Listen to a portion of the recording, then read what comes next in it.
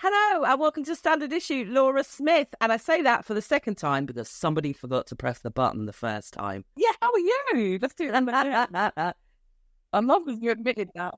I'm the queen of recording a voice note, realising I haven't recorded or it hasn't sent, and then trying to re-record it with the same energy. Do you know what I mean? Oh my God. I had to once say the words, just say the name, Gemma Kearney, in exactly the way that it would fit in to something that was pre-recorded. Thought I'd do it about 5 tries. And then I just kept thinking, no, that none of them work. So I tried again. And then I think I went slightly mad and I just kept saying, Gemma Kearney.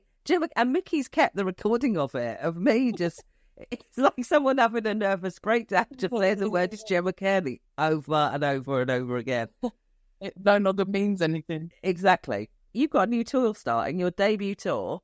Yeah, it's already got loads of shows that are sold out.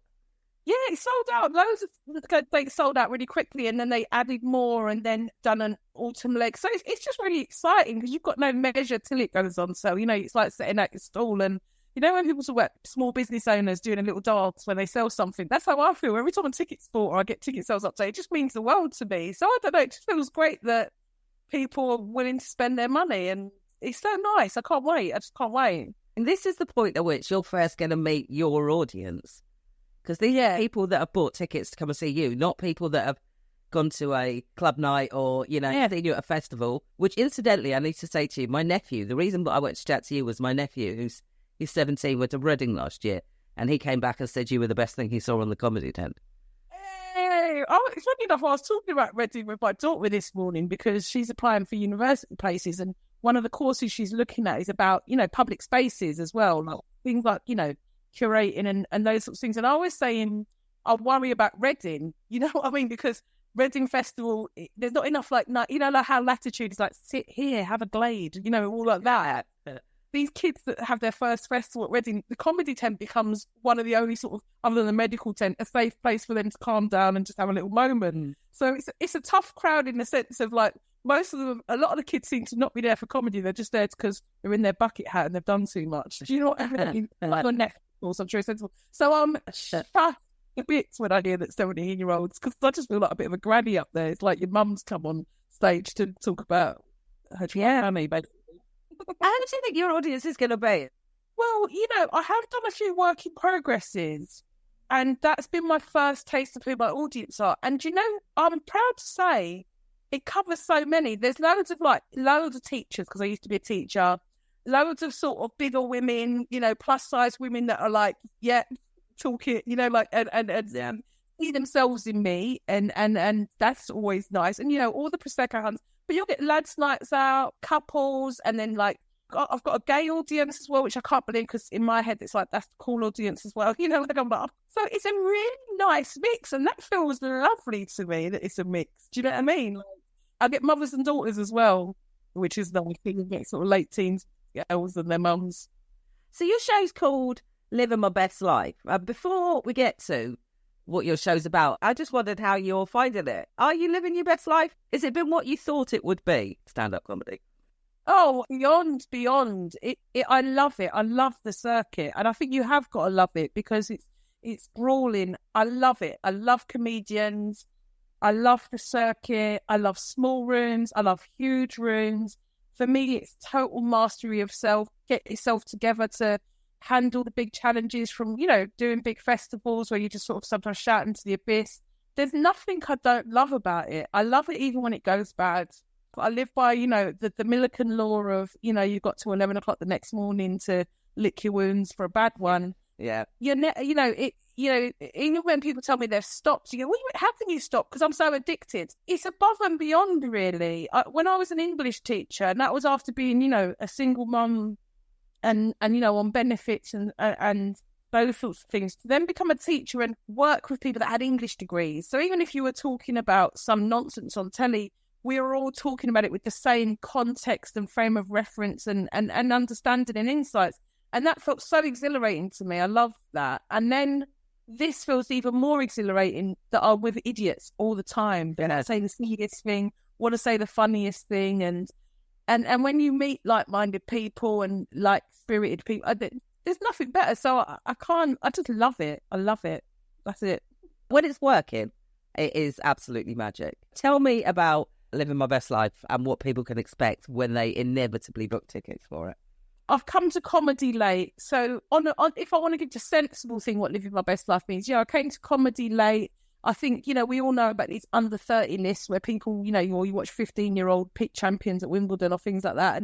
And, I think it's amazing for me just that, you could be in your late 30s, have 3 kids, have responsibilities, be teaching and be a woman and still go, actually, I could still have a new life. Yeah. I love that life can surprise you, because I think for a long time, I'd say to people, I'd really boost people up and go, just go, to myself, you haven't got kids, just do it before you get a mortgage. Or, I'd have all these things. And I think actually, even though I was boosting someone else, maybe deep down I was reinforcing, I couldn't possibly, I've got this, I've got that. So overcoming the things that were stopping me doing it, and then to step into this world and, gig with my heroes, like, you know what I mean? And I just feel like I've stepped into my best life, like my real life even. And also, then I had breast cancer, and as soon as I left teaching, I was diagnosed with breast cancer. And then I clung on to sort of comedy and gigging as a way of like clinging on to life sort of thing. And now I've come out of that and I'm going on tour. So there's all that side, that celebratory element, but then there's also a massive tongue-in-cheek hashtag living my best life, where the ways we supposedly live our best lives and project on social media is all bullshit. There's like, oh, I'm living my best life, or how's your Monday, or, boy done good bullshit. I'm really ripping into all of that kind of bullshit. And because actually most people know, and when you connect to people, most people get it, is that when you're living your best life, it's the shit that makes you live your best life, the digging deep stuff. Things had to get pretty ugly for me to dig deep and really live my best life, as in learn to love myself and heal. And I can never say that word. It's like, I had to dig deep. And, a lot of people will put their cancer diagnosis online, which is fine. Hashtag kick cancer's ass. And I don't dwell on the cancer really in the tour show. I'm still shaping it, but it's more, no, nothing is sacred anymore. Some things have to be an internal journey and not for the likes and the traction and words like that. Yeah, I agree. I have listened to I Don't Know What to Say, which is the thing you did for Radio 4, which is on BBC Sounds, about your cancer diagnosis. I'm about to say something that you say in that really, really annoys you. But we got a lot of cancer in our family. My mum's had breast cancer. My sister currently has cancer. In fact, we tend to refer to it as, oh, it's my turn within the family, because it goes around quite so much, which I know can be really frustrating. But I did think it was really insightful. I think you say a number of really insightful things. Not least one of the things that I've heard you say about it, which I think I saw you say it on social media, but it didn't actually make it to the cut with I Don't Know What to Say, is that you said when you were given a diagnosis, at least it isn't someone that I love. What was the reaction to that? Did you get a lot of women getting in touch about it? Lots and lots and lots, and men and people that have gone through it. And I was really conscious of protecting myself. This sounds really like wanky, and I don't care, but it was a lot of emotional admin. So it was wonderful, and you want it to resonate. You can have, I think with comedy relies on the specifics, doesn't it? And you want it to resonate with everyone. You want it to be universal, because broad appeal, because you want people to laugh. That's what, But then the specifics, I would hate to have put anything out there that didn't represent or wasn't faithful to, or touch on a nerve with people that have these insights and know about it. I mean, you just made this awful joke about your family, your mum and your sister. And no, it's a great joke. I mean, as in naughty joke. My turn. But because your humour is everything, and that gallows humour and getting through it is so powerful, and being real and being present with people, and it is so powerful. And other the terrifying diagnosis, once then you're in it, the delicate kind of dance you're doing, and the kind of friends you meet along the way, and there's appointments and scans, and you really got to keep your pecker up. And when people don't get it and aren't engaged with it, it's almost abrasive. You know what I mean? It's almost like when people just go in double-footed, and you just go, no, that's not what's going on here. Because when I was first diagnosed, it's almost like you got no skin. That rawness of when people are ill and you're going through any sort of tragedy or grief or anything. you're so raw, and it's nice that, and also people always want to be themselves. I mean, we even just within 30 seconds of just before we press record and then didn't press record and all that sort of stuff. Yeah. We pretty much covered forgetfulness and menopause. You know, you're a slave to your hormones.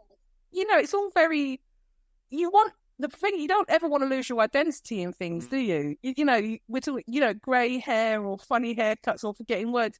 It's so important to have that sense of self, and cancer is not all defining, but it is life-changing. And there's somehow that dance of here I am with it, and am I still me, and is this still going on? And I got lots and lots and lots and lots and lots of DMs and lots of kind of thank you and said it like it is, and oh my God, it's so true. And one thing that really resonated, because I wrote about it in the Observer as well, when I talked about the yellowy letters that you get from the hospital, and people go, oh yeah, I forgot about them. That was always, yeah, that nails it. Those sort of power that those horrible letters have when you're in that nervous state. And, you know, one person messaged and said, oh, whoops, I sent this to my friend who's just been diagnosed and she wasn't ready for it. You know what I mean? So you can't assume also that my experience is someone else's experience. You know, a friend of mine said, oh, I hated it when people said, how are you? I felt like saying, shut up, how do you think I am? Well, I like just, how are you? How are you doing? You know? So everyone's different. You do say something that was both, again, I thought quite profound, but also hilarious. You took yourself upstairs to cry about how you might not be there when your children were growing up, and then one of them knocked on the door and you told them to go away. And just genuinely really very funny. Yeah, that's true though, isn't it? I mean, so when does your tour start? Starts in April, first weekend of April, and yeah, so April through to June, because I'm trying to sort of keep it just a couple of nights a week so I can, you know, be home. So it's sort of on the weekends, and I'm just really excited. I want to be able to really give people a good show and honour the money they've spent. And yeah, I'm just excited by it. Yeah, love it. No, I'm going to come because I noticed that you were in Cambridge. Quite often people don't do Cambridge on a first tour, but you're at the Junction, and I don't think that is sold out, so I need to get some tickets. But one is, so we added another date. So one is, and yeah, exciting. Yeah, yeah. I better get off this call and start doing that. I have one more question, because I'm sure people who are fans will be wanting me to ask you this. Bang On It, the podcast that you did for Radio 4, BBC Sounds. Is there more of that coming?